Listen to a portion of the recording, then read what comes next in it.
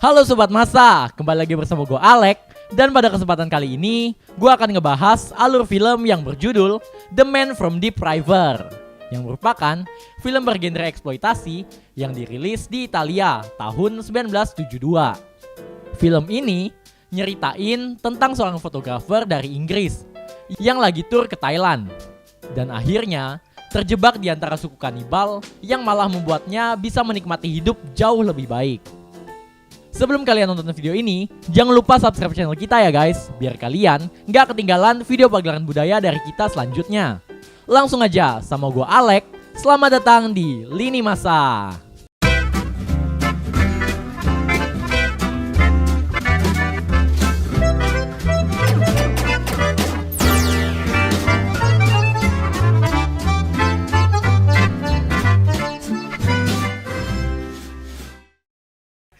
Film dimulai dengan memperlihatkan seorang fotografer yang adalah pemeran utamanya. Namanya adalah John Bradley yang baru turun dari pesawat dan sekarang dia berada di pusat kota Thailand pada zaman itu. Dia terus-terusan nelusurin wilayah sana, mulai dari naik perahu sampai jalan kaki sambil nyuri-nyuri waktu buat ngambil foto pas dapat view yang bagus. Nggak lupa, Bradley juga ngambil gambar dari adat sana. Dan kita dikasih tahu tentang suku kanibal yang masih hidup di perbatasan. Dan film ini dibuat dari kisah nyata dan diberi sedikit bumbu cerita. Lalu scene berpindah pada Bradley yang lagi asik nonton tinju. Tapi temen ceweknya nggak nyaman di sana. Lalu ada bapak-bapak yang ngegoda si cewek. Dan seperti sugar baby pada umumnya, temen ceweknya Bradley pun langsung gas untuk pergi dari ring tinju itu dan jalan sama om itu. Setelah pertandingan selesai, baru Bradley ngeh kalau temennya udah hilang dari sana. Dan tiba-tiba sugar daddy itu sengaja nubruk Bradley dan ngancem pakai pisau.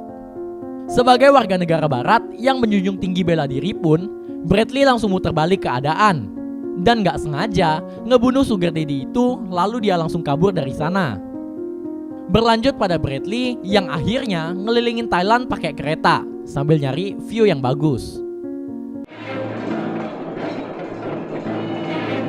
Dan dia pun takut dicek sama polisi, yang akhirnya dia pura-pura tidur.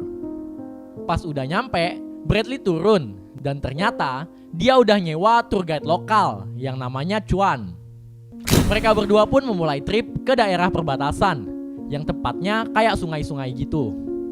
Tapi buat sampai ke sana, Bradley sama Chuan mesti naik motor karena jaraknya yang masih cukup jauh.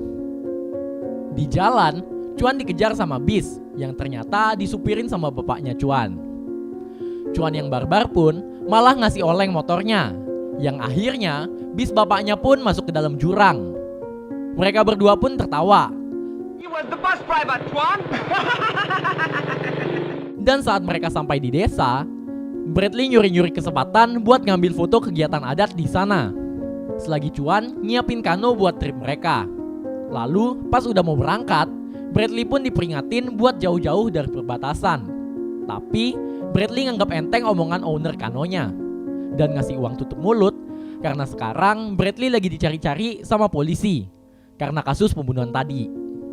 Bradley pun berdua doang sama Chuan di kano. Dan Chuan ngasih Bradley makan ular. Bradley yang baru nyadar pun langsung muntah dan ngasih minuman non halal ke Chuan buat balas dendam biar Chuan juga muntah. Esok harinya, Bradley pun mulai ngejalanin pekerjaannya dengan motret objek bawah air Thailand. Dan abis dia capek berenang, dia pun tidur, sedangkan Chuan lagi main seruling. Pas sorenya, Bradley pun kebangun dan ngeliat Chuan udah gak ada di kano. Dia pun kebingungan dan akhirnya dia ngeliat helm proyek punyanya Chuan dan inisiatif buat berenang ke sana. Tapi pas udah deket, dia malah ngeliat mayatnya Chuan dan langsung berenang makin cepet. Ternyata dia udah dikeker sama penduduk asli. Dan pas udah di posisi, dia langsung kena jaring yang udah disiapin sama suku kanibal perbatasan. Dia pun dibawa ke desa sebagai manusia duyung.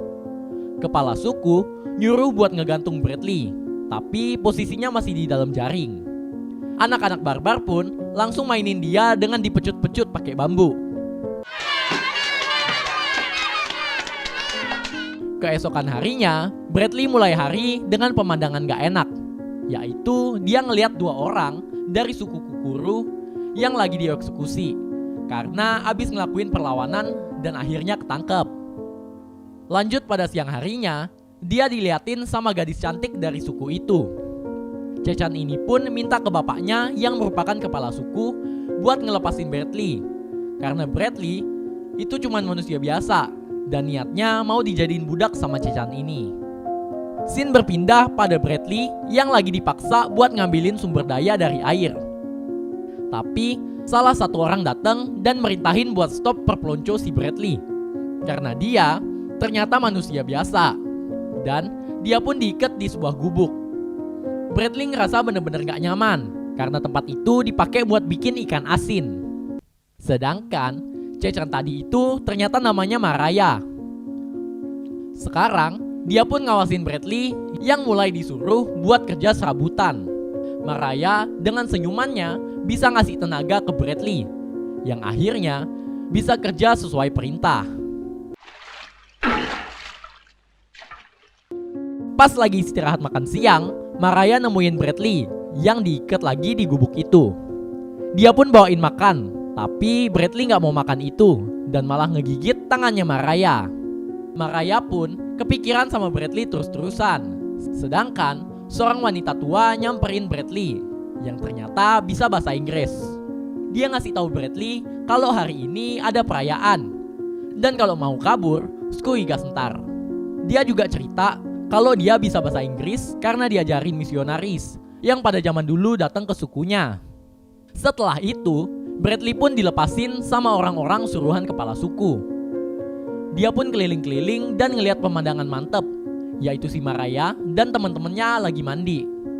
Dan pas itu juga tiba-tiba ada helikopter yang lewat, yang bikin semua penduduk asli itu langsung kabur dan bersembunyi. Sedangkan Bradley malah manggil-manggil buat minta bantuan. Over here! Hey! Look out here! Akhirnya setelah itu pun dia disikat sama para jagoan dari suku itu. Karena itu juga dia hampir dibunuh sama suku asli. Tapi Maraya yang kayaknya udah suka sama Bradley langsung nahan orang yang berniat ngebunuh Bradley. Malam harinya, si wanita tua lagi-lagi nyelinap ke gubuknya Bradley dan ngasih Bradley obat. Bradley bilang ke wanita tua ini buat nyariin dia kano supaya dia bisa kabur. Tapi wanita tua ini peringatin Bradley kalau dia timingnya salah atau gimana-gimana, ntar malah jadi bumerang buat dirinya sendiri. Karena hukuman di suku ini gak main-main. Bradley pun langsung overthinking dan jadi mikirin dunia luar dan pesonanya sama desanya sekarang sama orang-orangnya yang baik-baik. Paginya, pas Bradley lagi kerja, tiba-tiba ada orang yang jatuh ketimpa tangga. Ini bukan peribahasa guys, tapi beneran. Dia pun langsung bantu orang-orang buat nyelamatin. Tapi sayang, orang itu gak selamat dan akhirnya meninggal di tempat. Orang itu pun langsung dikremasi. Dan setelah acara kremasi, istri korban pun langsung dibuka bajunya dan digenjot sama salah satu orang dari suku itu, yang lambangin wanita itu sekarang udah terlepas dari suaminya dan jadi janda kembang. Yang ngejelasin itu si wanita tua. Dan setelah si wanita tua ngomong, Bradley langsung prepare buat kabur dari desa itu. Singkat cerita, setelah beberapa persiapan, dia pun kabur dengan peralatan seadanya, yaitu bambu runcing. Dan pas dia kabur pun ternyata ada yang lapor. Sampai akhirnya kelompok para perjuang pun pergi buat ngejar Bradley. Awalnya Bradley berhasil sembunyi. Tapi namanya sepandai-pandainya tupai melompat, tapi Bradley bukan tupai. Jadinya dia pun ketangkep. Dan akhirnya mereka pun battle one by one. Singkat cerita, Bradley bisa ngalahin ketua pejuang dari suku itu. Tapi karena dia udah kecapean, dia pun tetap tepar. Dan pas dia bangun, dia udah dikelilingin sama orang dari suku itu. Dan kepala suku merintahin buat bawa dia balik ke kurungannya. Tapi jangan dibunuh, karena sekarang dia bakalan gantiin ketua pejuang yang udah dia bunuh itu. Dia pun dikasih hukuman sementara, yaitu dipasung di kepalanya pakai bambu dan dijemur kayak ikan asin sampai dia dehidrasi parah. Untung ada wanita tua yang bisa ngobatin dia. Dan keesokan harinya, pas dia lagi kerja bikin ikan asin, dia pun dipanggil sama kepala suku dan disuruh buat makan otak UUAA. Dan setelah itu dia lakuin, sekarang dia resmi jadi barisan para pejuang dari suku itu. Setelah dia dilantik, akhirnya dia nggak perlu kerja lodi lagi. Tapi tiba-tiba ada laporan kalau anak kecil lagi sekarat. Dia pun ikut ngecek ke sana, dan ternyata di sana udah ada dukun desa yang berusaha ngobatin anak ini dengan ilmunya. Dia bilang kalau anak ini kesurupan makhluk iblis.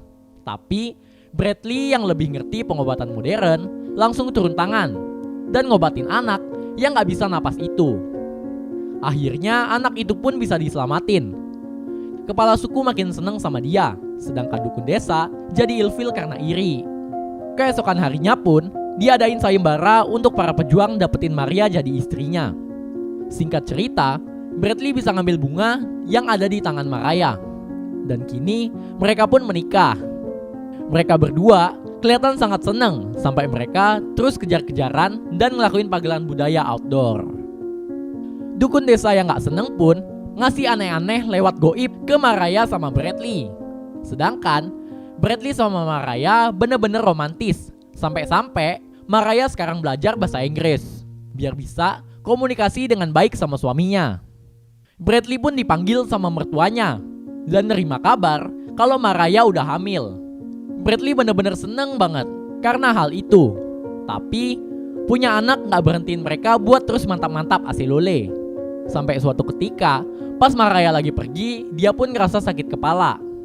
Tapi wanita tua yang pergi bareng dia langsung antar dia pulang buat istirahat. Karena dipikir ini karena Maria baru hamil.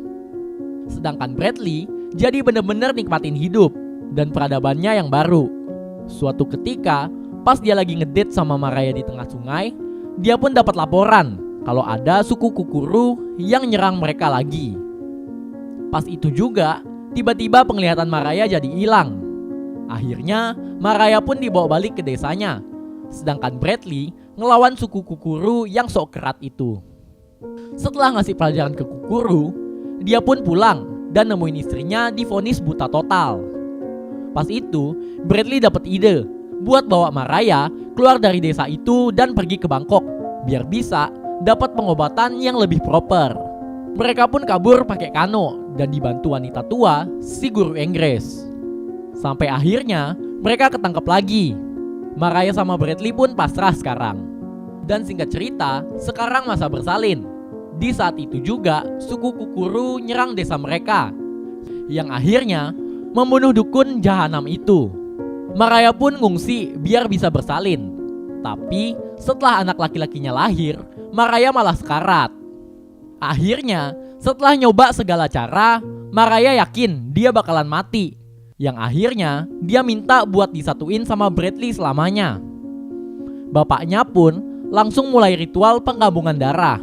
Dan setelah itu Maria pun meninggalkan Bradley untuk selamanya. Bradley pun pergi untuk merenung dan mengenang istrinya yang kebang desa itu. Tapi dia gak larut sama kesedihannya.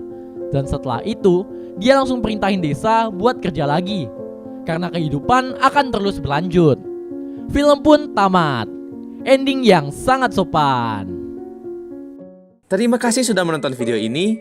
Jika kalian ingin request film, silakan komentar di bawah. Dan jangan lupa untuk menekan tombol like, share, dan subscribe. Dan nyalakan lonceng agar kita cepat dapat AdSense. Salam masa, mantap!